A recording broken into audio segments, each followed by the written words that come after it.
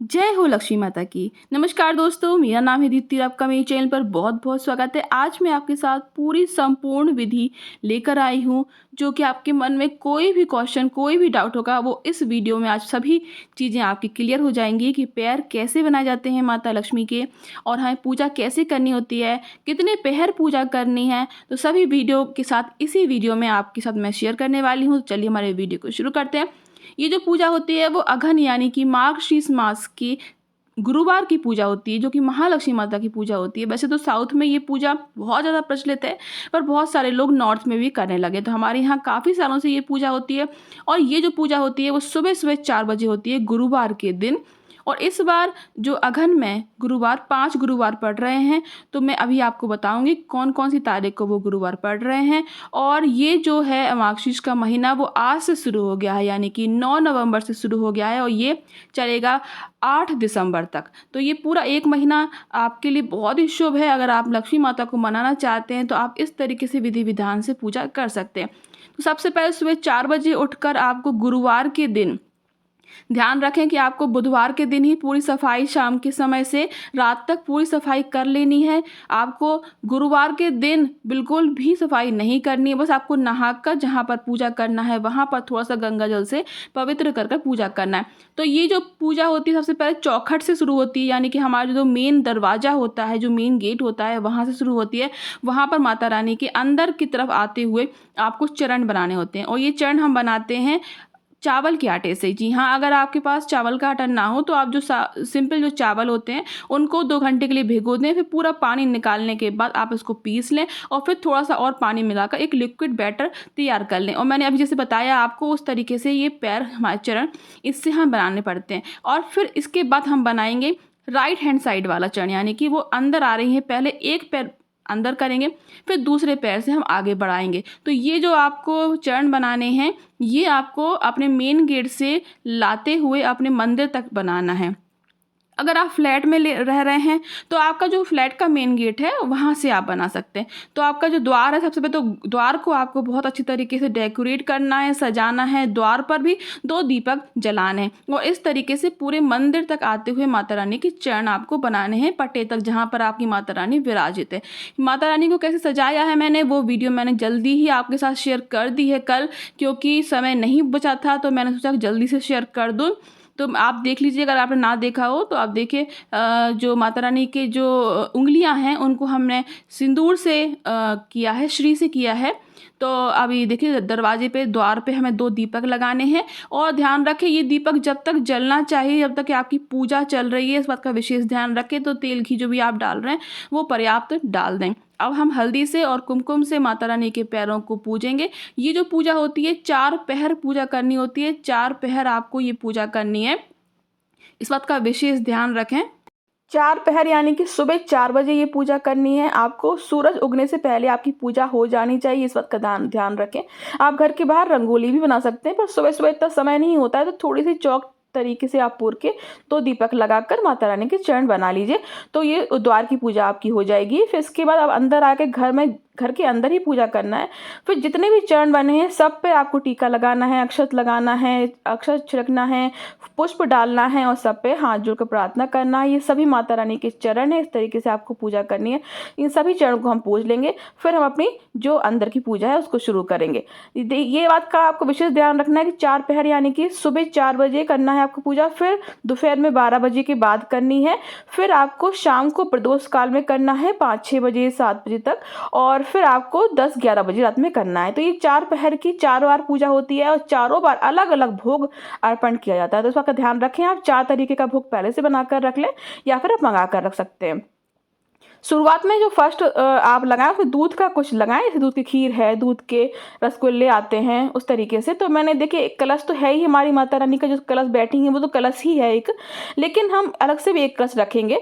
तो मैंने यहाँ पर जल रख लिया है, उसके नीचे चावल रख लिए हैं, उसके अंदर मैंने थोड़ी सी हल्दी, कुमकुम और एक चांदी का सिक्का रखा है। अगर आप चांदी का सिक्का ना हो तो आप सिंपल सिक्का भी डाल सकते हैं। इसके बाद हमें चावल रखना है उस प्लेट के ऊपर, और इसके ऊपर आपको गणेश जी को स्थापित करना है। गणेश जी अगर नहीं रख सकते तो कोई भी ऐसी वस्तु जिसमें गणेश जी बने हो वो भी रख सकते हो। जैसे मैं एक चांदी का सिक्का रख रही हूँ, कलावा बांध कर, उसमें लक्ष्मी जी, गणेश जी बने हुए हैं, मैं उन्हीं की पूजा करूंगी।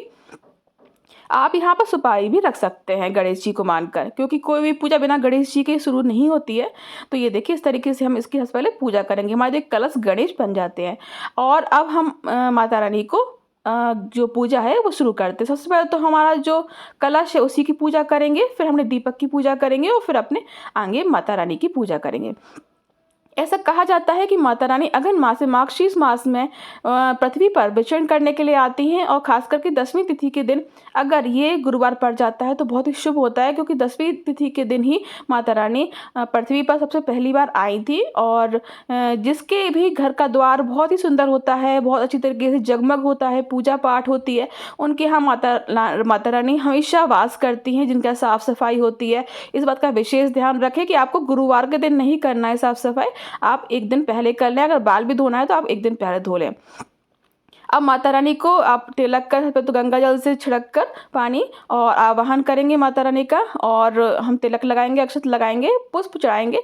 अगर आज के दिन आपको गुलाब के फूल मिल जाए तो बहुत ही अच्छा रहेगा, और अगर आपको कमल के फूल मिल जाए तो वो तो और भी उत्तम रहेगा। पर जो भी है आपके पास वो सच्चे दिल से भाव से आप पूजा करें, माता रानी जरूर आपकी सुनेंगी। तो अब एक प्लेट में मैंने यहाँ पर कुछ सोने चांदी का सामान और जो कमल गट्टे होते हैं वो, कौड़ी और एक शंख है छोटा सा, और चांदी के सिक्के हैं, ये सभी चीज़ें, और गोमती चक्र है, ये सभी चीज़ें हम माता रानी के सामने रख देंगे, अर्पण करेंगे। आपके यहाँ जो भी चांदी का सामान हो तो वो, और सोने का सामान, वो जरूर उनकी पूजा कर लें आज के दिन, बहुत ही अच्छा होता है। ये जो पूजा है वो आपको 5 दिन करना है। मैं आपको बताती हूँ अब कौन कौन से दिन करना है। सबसे पहले तो आप भगवान माता रानी के लिए, अपनी मैया के लिए थोड़ा सा जल और थोड़ा सा प्रसाद जरूर रख दें पहले। फिर आप जो भी आप पाठ करना चाहते हैं, या फिर आप कनक स्तोत्र का पाठ करना चाहते हैं वो आप कर सकते हैं। अब माता रानी को हम जो कलावा है वो अर्पित करेंगे कि माता रानी हमारी रक्षा करें। जो भी हमने चीज़ चढ़ाई सब पे अक्षत और पुष्प चढ़ा देंगे। मैंने यहाँ पर दूध का बना हुआ रसगुल्ले का प्रसाद लगाया हुआ है। फिर इसके बाद हम 12 बजे पूजा करेंगे, फिर शाम को और फिर रात में पूजा करेंगे। 4 पहर पूजा करनी है। अगर आपके पास समय नहीं है तो आप 2 टाइम भी पूजा कर सकते हैं, पर अगर विधि विधान से करना चाहते हैं तो आप 4 पहर भी पूजा करें, क्योंकि सिर्फ गुरुवार की ये पूजा होती है। और अब मैं आपको बताती हूँ कि ये जो गुरुवार है वो कब कब पड़ रहे हैं। तो पहला गुरुवार कल है, यानी कि 10 तारीख को, फिर आपका ये 17 तारीख को पड़ेगा, फिर 24 तारीख को है, और फिर 1 तारीख को है दिसंबर में, और फिर 8 तारीख को है दिसंबर में। अब हम माता रानी को सुहाग का सामान अर्पण करेंगे। सुहाग का सामान जरूर अर्पण करें। और जो माता रानी, अगर आप सिंपल आप कलश के ऊपर नारियल रख के पूजा कर रहे हैं तो उनके ऊपर बस चुनरी और मंगलसूत्र जरूर पहना दें। जो 2 चीज़ें बहुत जरूरी हैं, फिर आप पूजा कर सकते हैं। आप फल, ड्राई फ्रूट्स, मिठाई, सभी चीज़ें हम माता रानी के पास में रख देंगे। जो भी नए बैंगल्स आप लाए हैं वो भी आप यहीं पर रख सकते हैं, और आप कुछ दक्षिणा रख देंगे। अब मेरे पास एक चांदी का श्री यंत्र है, उसको भी हम पूज देंगे। जो भी आपके पास हो अवेलेबल, जो भी आपके पास माता लक्ष्मी से रिलेटेड पूजा के सब सामान हो वो जरूर साफ कर निकाल कर रख लें। सभी चीज़ें हम यहाँ पर रखेंगे। और ये जो पूजा होती है विशेषकर सिर्फ गुरुवार के दिन हमें करनी है। फिर आपको इन सबको सामान को हटा के रख देना है शुक्रवार को। अगले गुरुवार को फिर से हम पूजा करेंगे। तो जो भी सामान खराब होने वाला है उनको अलग कर देंगे, बस माता रानी को आप उठाकर साइड में रख दें। फिर से आप अगले गुरुवार को इन्हीं की पूजा कर लीजिएगा। और बाकी जो भी कलश का पानी है उसको किसी पौधे में डाल दीजिए। चावल आप चिड़ियों के लिए डाल दीजिए छत पर, और भी जो फूल वगैरह है उनको क्यारी वगैरह में डाल दीजिए। और सुहाग का सामान भी साइड में रख दीजिए। सुहाग का सामान आखिरी गुरुवार को भी आप चढ़ा सकते हैं और पहले को भी चढ़ा सकते हैं।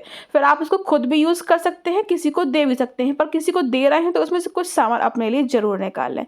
ये जो पूजा होती है, जिस घर में भी माता रानी की अघन मास में पूजा होती है ये वाली, वो बहुत ही शुभ होती है। उसके घर में कभी भी लक्ष्मी की कमी नहीं होती है, हर जगह से भंडारे भरे रहते हैं। तो इस तरीके से पूजा जरूर करें।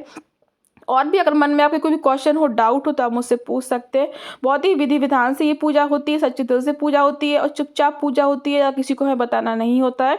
और शांति से ये सुबह सुबह पूजा कर सकते हैं। आप अपने घर के मंदिर की भी पूजा कर लीजिए, और फिर आप दिन भर के लिए फ्री हैं, मतलब सिर्फ 12 बजे के लिए फ्री हैं, क्योंकि 12 बजे हमें फिर से पूजा करनी है। तो उस समय फिर से आप नहा धोकर अच्छी तरीके से स्वच्छ होकर फिर से चरण की पूजा करें माता रानी की, और फिर से माता रानी को भोग लगाकर आरती कर लें। आप चाहें तो आप स्त्रोत का, कनक स्त्रोत स्रोत का पाठ कर सकते हैं।